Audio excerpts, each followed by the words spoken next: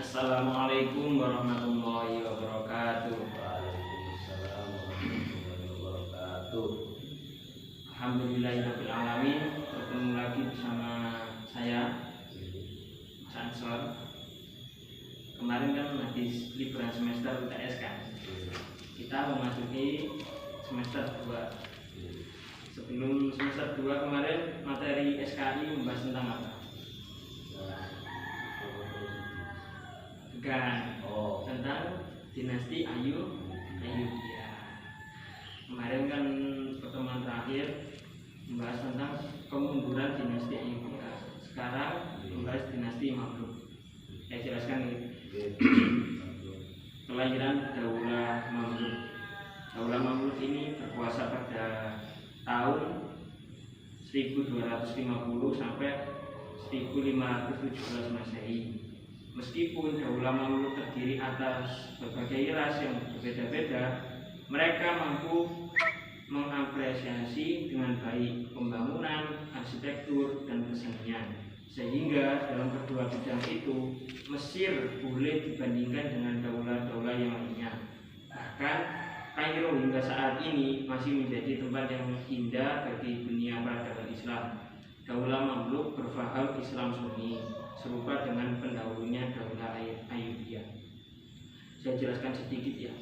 Daulah Mamluk ini termasuk orang-orangnya itu budak. Ya, dulunya itu budak. Terus merdeka, mendirikan dinasti. Nah, kok bisa mendirikan dinasti?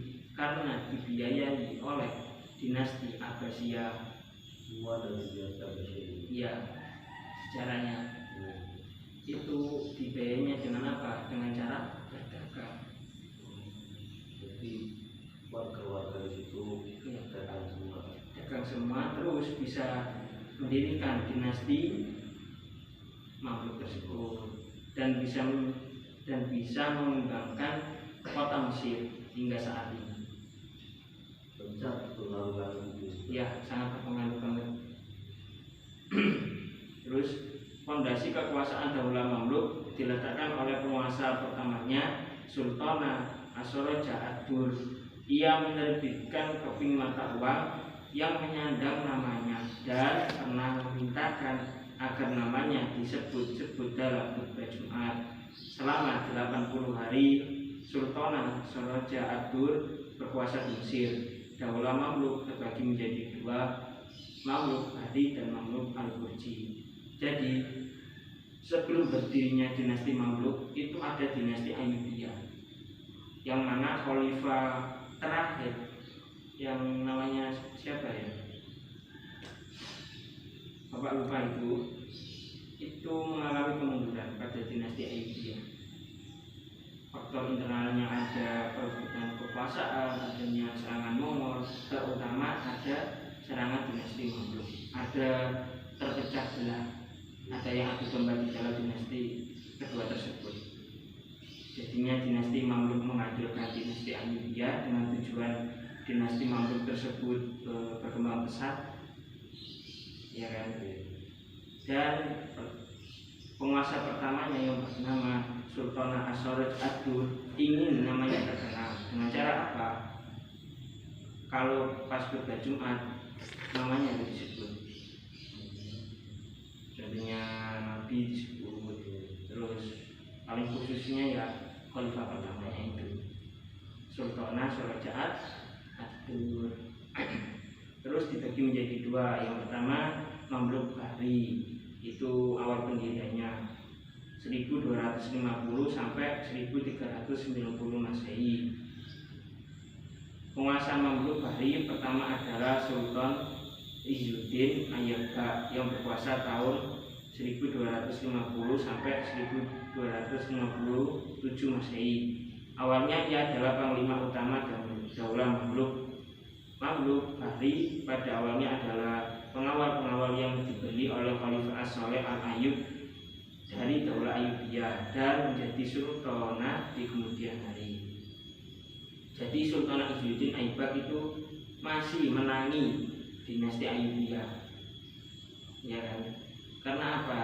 Dulunya beliau seorang pengawal pribadi Khalifah Salahuddin Al-Ayyubi, ya kan? Jadinya dia diangkat menjadi Mamluk Al-Bahri, dia ngikut ke dinasti Mamluk. Terus yang kedua Mamluk Al-Burji. Mamluk Al-Burji ini berdiri pada tahun 1279 Masehi sampai 1290 Masehi. Tidak mengenal konsep kekuasaan yang diwariskan dan tidak menerbitkan kebijakan nepotisme. Tahta kekuasaan menjadi milik siapa yang mampu meraihnya. Jadi Mamluk Al-Burji ini tidak menerapkan kekuasaan yang contohnya raja, kalau raja mati ganti anaknya, bukan. Kalau dinasti Mamluk Al-Burji ini pasti melalui pemilihan. Contohnya enggak memilih dari keturunan. ya enggak. Ya dinasti Mamluk Al-Burji ini memilih secara demonstrasi siapa yang layak menjadi pemimpin. Itu seperti di Indonesia ada pemilihan presiden. Terus yang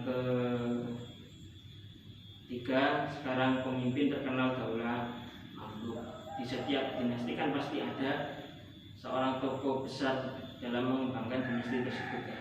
Contohnya dinasti Umayyah siapa? Dinasti Umayyah. Ya. Lupa, Pak.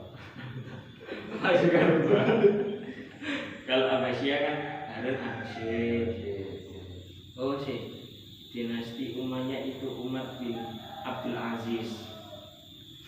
Ya, yang Abbasiyah Harun Ar-Rasyid, Ayyubiyah Salahuddin Al-Ayyubi sebagai khalifah pertamanya. Yang keempat ini Daulah Mamluk Zahir Ruknuddin Haibar Al-Bundukdari. Saya bacakan ya sekilas. Sultan tersebut terkenal pada tahun 1260 Masehi. Pada awalnya ia adalah seorang budak dari Turki. Namanya Al-Bundukdari, diperoleh dari tuan pemiliknya di Hama sebelum dibeli oleh Sultan As-Shaleh Al-Ayyub. Haibar Al-Bundukdari diangkat menjadi pemimpin pasukan pengawal oleh Sultan As-Shaleh Al-Ayyub. Bahkan karir militernya berjalan mulus hingga ia berhasil menjabat sebagai komando militer tertinggi di wilayah itu. Sultan Az-Zahir Ruknuddin Haibar Al-Bundukdari menjadi Sultan Daulah Mamluk yang agung, penguasa dan berdiri sejati kekuasaan Daulah Mamluk. Kemenangan pertamanya ia peroleh dalam peperangan melawan tentara Mongol di medan perang Ain Jalut. Tetapi puncak ketenarannya didapatkan berkat perjuangannya yang tanpa henti melawan tentara Islam. Jadi Zahir Ruknuddin ini dulunya adalah seorang budak yang hidup pada zaman dinasti Ayyubiyah dan dibeli oleh As-Shaleh Al-Ayyub. Nah, pas merdeka dia dijadikan tentara. Nah, tentaranya pada tentara ia mempunyai prestasi yang sangat besar di dalam perang. Dan maka dari itu Zahir Ruknuddin diangkat menjadi khalifah dinasti Mamluk. Pasti dinasti Mamluk ini tergolong Al-Burji ya kan? Karena memilih prestasi, bukan karena keturunan.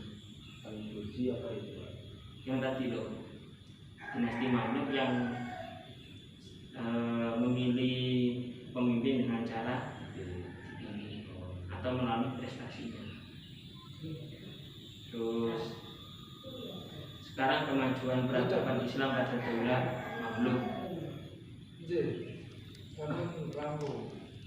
Udah beli ya?